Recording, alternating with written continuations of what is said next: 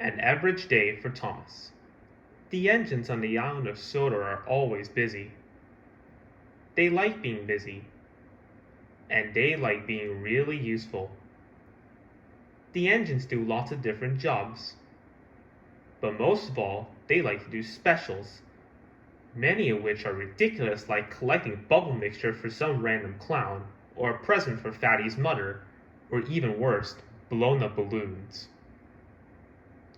Of all things, the engines think that by taking specials, they are really useful, even though many of the specials they take are menial and pointless for a locomotive to do. How misguided they are. One morning, the Fat Controller came to tend the sheds as usual.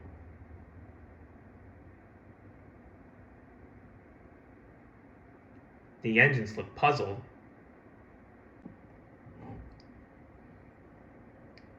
The engines were all mildly excited. Peeped Thomas excitedly. Wheezed Gordon.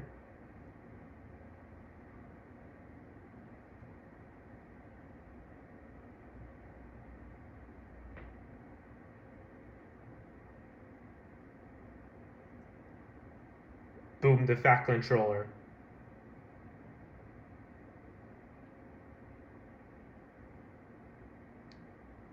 Said the Fat Controller.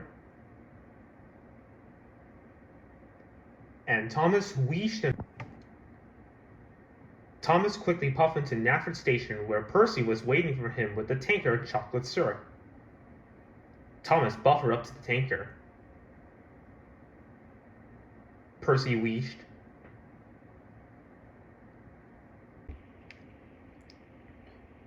But Thomas wasn't listening to Percy, and Thomas didn't remember what the Fat Controller had said.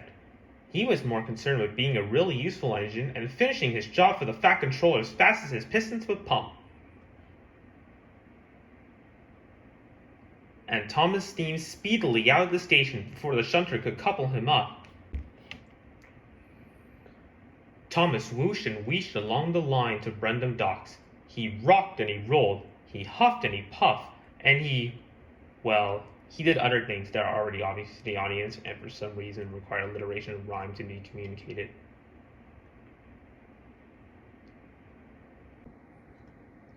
Soon Thomas arrived at Brendam Docks and pushed the tanker up behind the truck of sugar. Bolster the barge had brought the sugar from the mainland, and Cranky the crane had just finished unloading it.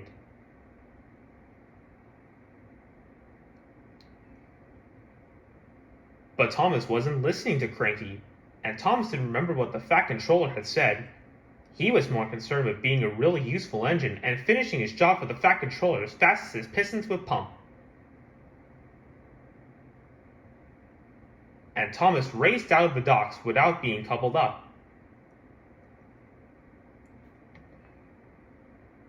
Thomas puffed through the countryside towards Farmer McColl's farm. The uncoupled trucks biffed and bashed into each other, but Thomas didn't notice. Soon Thomas arrived at Farmer McColl's farm, and he shunted the chocolate syrup tanker and the truck full of sugar behind the truck full of milk. Toby was there waiting for him.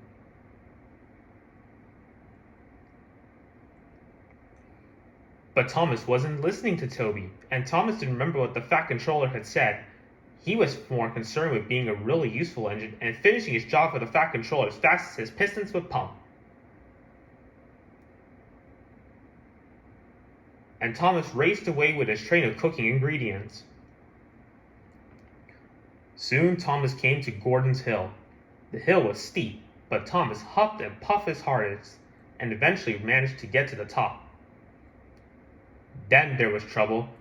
Because the trucks were not coupled to Thomas, they rolled down the other side of the hill without him.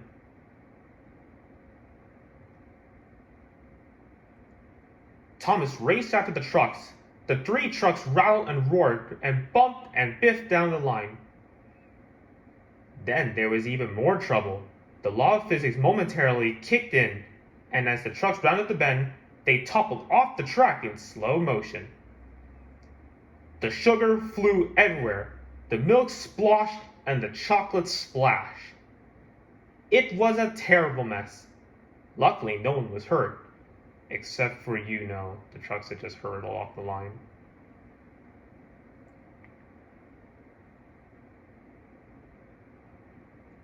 Cried Thomas. I bet you bloody well are. Conveniently, Emily just so happened to be puffing by, and the Fat Controller just so happened to be on board. Wheezed Thomas.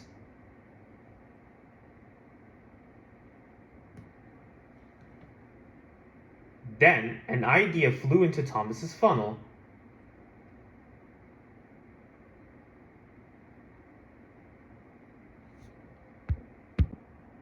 Wheezed Thomas, and then he puffed away as fast as he could. So Thomas puffed back to Farmer McColl, then back to Brendam Docks, and then back to Nafford Station. And each time he was patient and waited to get coupled up. Finally, he took all the ingredients to the Fat Controller's house, just in time. The Fat Controller was waiting for him.